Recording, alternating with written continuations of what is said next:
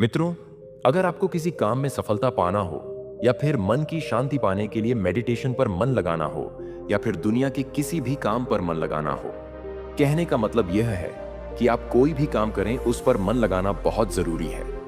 तभी आप उसमें सक्सेस पा सकते हैं। लेकिन यह काम इतना आसान नहीं है, लेकिन नामुमकिन भी नहीं है। इस वीडियो में आप एक ऐसी कहानी सुनेंगे जिसे सुनने के बाद आप अच्छे से जान पाएंगे कि हमारा मन किसी काम पर क्यों नहीं लगता और मन लगाने के लिए हमें क्या करना होगा। इसके लिए सबसे पहले आपको इस कहानी में अपने मन को कंसंट्रेट करना होगा और कंसंट्रेशन की जर्नी में यही आपका सबसे पहला स्टेप होगा। तो चलिए कहानी शुरू करते हैं। एक बार की बात है, एक गौतम बुद्ध के शिष्य आनंद हर दिन की तरह अपने शिष्यों को मेडिटेशन यानी ध्यान सिखा रहे थे। तभी उनके एक शिष्य ने आनंद से कहा, आनंद, मैं कई दिनों से बहुत दुखी हूं। एक सवाल मुझे कई दिनों से परेशान कर रहा है। मैंने उस सवाल का जवाब जानने की बहुत कोशिश की, लेकिन मुझे उस सवाल का जवाब नहीं मिल पाया। क्या आप मुझे उस सवाल का जवाब देंगे? आनंद ने कहा, हां पूछो, क्या पूछना चाहते हो? तब शिष्य ने कहा, आनंद, जब भी मैं पानी पीता हूं तो मेरी प्यास बुझ जाती है, या जब भी कोई व्यक्ति पानी पीता है तो उसकी प्यास बुझ जाती है। पानी सभी के लिए एक जैसा काम करता है, लेकिन मेडिटेशन के मामले में ऐसा क्यों नहीं होता? जबकि हम सभी आपके बताए नियमों के अनुसार मेडिटेशन करते हैं, लेकिन हम में से कुछ लोग बहुत जल्दी ध्यान की अवस्था यानी मेडिटेशन की स्टेज में पहुंच जाते हैं और कुछ लोग थोड़े समय के बाद मेडिटेशन की स्टेज में पहुंचते हैं।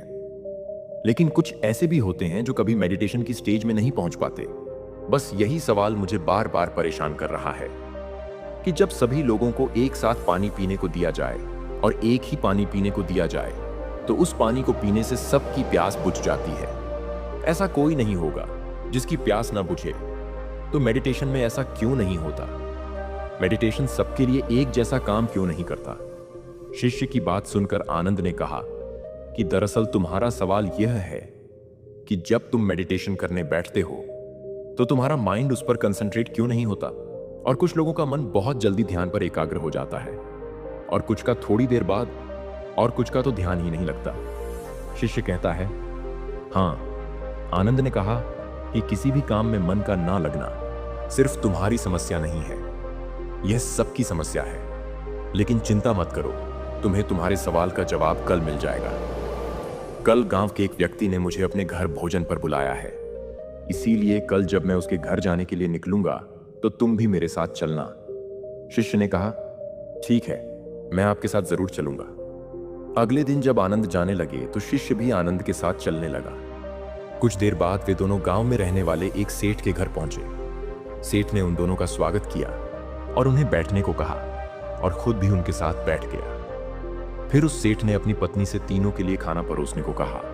तीनों खाना खाने बैठ गए। जैसे ही उस सेठ ने पहला निवाला खाया, वह तुरंत गुस्से में अपनी पत्नी पर चिल्लाया और कहा कि यह कैसा खाना है जिसमें कोई स्वाद नहीं है, और गुस्से में वह खाना छोड़कर वहां से चला गया। यह सब देखकर उसकी पत्नी बहुत शर्मिंदा हुई। आनंद और उनके शिष्य से बोली कि कृपया मुझे माफ कर दें, आप थोड़ी देर प्रतीक्षा करें, मैं आपके लिए स्वादिष्ट भोजन बनाकर लाती हूं।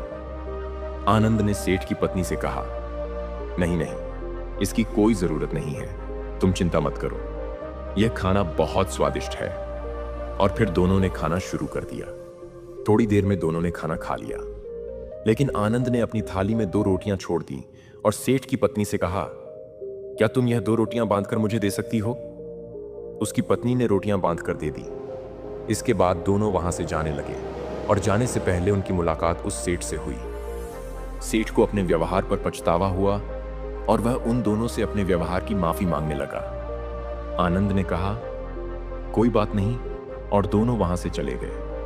रास्ते में आनंद ने अपने शिष्य से पूछा कि उसे खाना कैसा लगा। शिष्य बोला, आनंद, खाना बहुत स्वादिष्ट था, मुझे बहुत अच्छा लगा। आनंद ने पूछा, क्या तुम्हें इसके अलावा कुछ और नहीं लगा? शिष्य, आनंद, इसके अलावा मुझे और क्या अच्छा लग सकता है? स्वादिष्ट खाना खाकर मुझे अच्छा लगा और मेरी भूख भी मिट गई। आनंद ने कहा, खाना वाकई बहुत स्वादिष्ट था, लेकिन जो खाना हमें परोसा गया था वही उस सेठ को भी परोसा गया था। फिर उस सेठ को खाना क्यों पसंद नहीं आया? यह सुनकर शिष्य सोच में पड़ गया और आनंद से बोला, आप बिल्कुल सही कह रहे हैं आनंद, मैंने इस बारे में तो सोचा ही नहीं, आप ही मुझे कुछ बताइए। आनंद ने कहा कि तुम मेरे साथ चलते रहो। चलते चलते वे दोनों बहुत दूर निकल गए। शिष्य ने आनंद से कहा कि हम अपने मठ के रास्ते पर नहीं हैं, हम कहां जा रहे हैं? आनंद ने कहा कि तुम बस चलते रहो। फिर थोड़ा आगे चलने पर एक बहुत ही गरीब आदमी आनंद के सामने आया और वह आनंद के पैरों में गिर गया और कहा, मेरी मदद कीजिए, मैं पिछले 3 दिनों से भूखा हूं, मुझे कुछ खाने को दे दीजिए। आनंद ने उस गरीब आदमी को एक पेड़ के नीचे बैठाया और जो 2 रोटियां उन्होंने बांधी थी उन्हें उस गरीब आदमी को दे दिया। रोटी देखते ही गरीब आदमी ने जल्दी से उन रोटियों को ले लिया और खाने लगा। खाते समय उसकी आंखों से आंसू निकल रहे थे। वह रोते हुए खा रहा था और वह अपने हाथों से ऐसे इशारे कर रहा था जैसे वह किसी अदृश्य शक्ति से कह रहा हो, इस रोटी के लिए तेरा बहुत बहुत धन्यवाद। रोटी खाने के बाद उस गरीब ने आनंद को धन्यवाद दिया। आनंद ने गरीब आदमी से पूछा कि रोटी का स्वाद कैसा था? गरीब आदमी ने कहा कि इसमें स्वाद नहीं, इसमें तो जीवन था। यह रोटियां नहीं थी, बल्कि इसमें स्वयं ईश्वर थे। यह कहकर गरीब आदमी वहां से चला गया। आनंद ने शिष्य से कहा, देखा, भोजन तो वही था, लेकिन उस सेठ को इसमें कोई स्वाद नहीं लगा। मुझे यह स्वादिष्ट लगा और तुम्हें भी भोजन अच्छा लगा, और इस गरीब आदमी को भोज में स्वाद नहीं, बल्कि उसे इस भोजन में ईश्वर और भगवान दिखाई दिए। इससे पता चलता है कि हम जो भोजन करते हैं उससे हम सभी को अलग अलग संतुष्टि मिलती है। जैसे पहला व्यक्ति यानी वह सेठ, उसे इससे कोई संतुष्टि नहीं मिलती। दूसरे हम हैं जिन्हें थोड़ी संतुष्टि मिलती है, और तीसरा यह गरीब आदमी है जिसे अपार संतुष्टि मिलती है। यही बात ध्यान पर भी लागू होती है।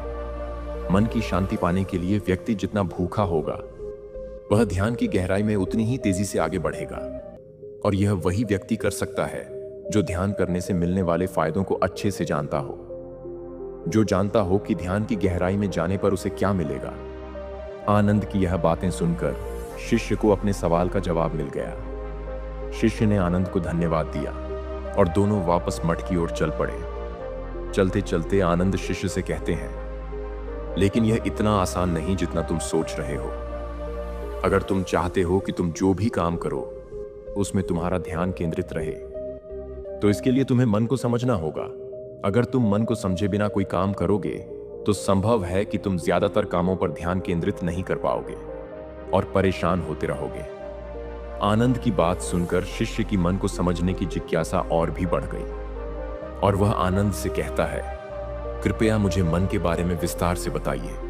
फिर आनंद मन के बारे में विस्तार से समझाना शुरू करते हैं। आनंद कहते हैं कि मन इतना चंचल होता है कि अगर इस पर काबू ना पाया जाए तो व्यक्ति बेचैन होने लगता है, और यह बेचैनी पल भर में मन में आने वाले सैकड़ों सवालों की वजह से होती है।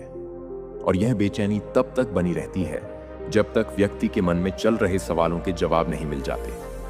यही वजह है कि हम किसी भी काम पर मन नहीं लगा पाते, और काम पर मन लगाने के लिए मन का शांत होना बहुत जरूरी है। शिष्य कहता है, लेकिन हम मन को शांत कैसे रख सकते हैं? आनंद कहते हैं, इसके लिए तुम्हें मन को अच्छे से समझना होगा, तभी तुम अपने मन को शांत रख सकते हो। और जब तुम्हारा मन शांत होगा तो इसका मतलब यह हुआ कि वह तुम्हारे काबू में है। तब शिष्य कहता है कि मन को समझने के लिए हमें क्या करना होगा? आनंद कहते हैं, मैं तुम्हें मन को समझने के 4 तरीके बताऊंगा। उन तरीकों को बहुत ध्यान से सुनना। पहला तरीका है अपने मन के द्वारा दिए गए बेकार के लालच को देखना और उसे समझना। दरअसल जब हमारा मन अनशा होता है तो हमें कई तरह के लालच देता है, और यही लालच हमारी परेशानियों का कारण बनता है। लेकिन जिसने मन के लालच को पहचान लिया तो समझ लो कि उसने मन को समझने का पहला तरीका सीख लिया। फिर शिष्य आनंद से पूछता है, लेकिन हमें यह कैसे पता चलेगा कि हमारा मन हमें लालच दे रहा है और वह लालच हमारे लिए बेकार है? आनंद कहते हैं, इसका पता हमें अपने अनुभव से चलता है, और कभी कभी दूसरों के अनुभव से भी चल सकता है। मन के लालच में आकर व्यक्ति जो भी काम करता है उसमें उसे नुकसान ही होता है और नुकसान के बाद ही नुकसान का अनुभव होता है। यही अनुभव मन को समझने का पहला कदम है। फिर शिष्य ने से पूछा, अगर कोई व्यक्ति पहले तरीके से यह जान लेता है कि वह मन के दिए गए लालच के कारण दुखी है, तो दूसरा तरीका क्या है? आनंद कहते हैं, दूसरे तरीके के लिए तुम्हें एक ऐसे व्यक्ति को ढूंढना होगा जो पहले से ही अपने मन को जान चुका हो और उससे मुक्त हो।